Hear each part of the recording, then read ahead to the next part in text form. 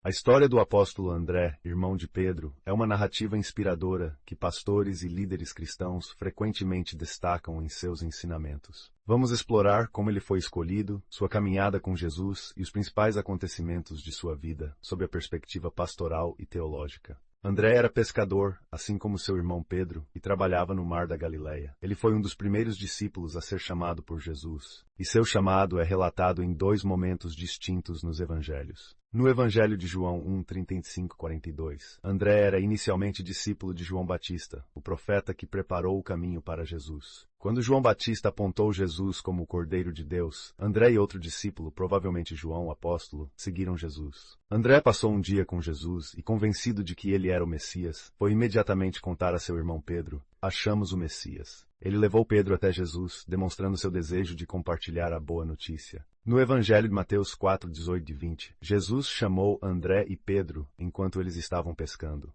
Ele os convidou a deixarem suas redes e se tornarem pescadores de homens. Eles imediatamente abandonaram tudo para seguir Jesus, mostrando obediência e fé. Pastores destacam que André foi escolhido porque demonstrou um coração aberto à verdade e uma disposição para seguir Jesus sem hesitação. Ele também é visto como um exemplo de evangelista, pois imediatamente compartilhou sua descoberta do Messias com seu irmão Pedro. André foi um dos 12 apóstolos e acompanhou Jesus em seu ministério. Alguns momentos marcantes de sua caminhada com Jesus incluem: André foi o discípulo que apresentou a Jesus um jovem com 5 pães e 2 peixes, que Jesus usou para alimentar uma multidão de 5.000 pessoas. Pastores enfatizam que André, embora não soubesse como Jesus resolveria o problema, teve a iniciativa de trazer o que estava disponível, mostrando fé e disposição para colaborar. André estava presente quando Jesus falou sobre os sinais do fim dos tempos. Ele e outros discípulos perguntaram a Jesus sobre quando essas coisas aconteceriam. Isso mostra que André estava atento às palavras de Jesus e buscava compreender os planos de Deus. André não é tão mencionado quanto Pedro, Tiago ou João, mas pastores destacam que ele era um discípulo fiel e humilde, sempre disposto a servir sem buscar destaque. Após a morte e ressurreição de Jesus, André dedicou-se à pregação do Evangelho.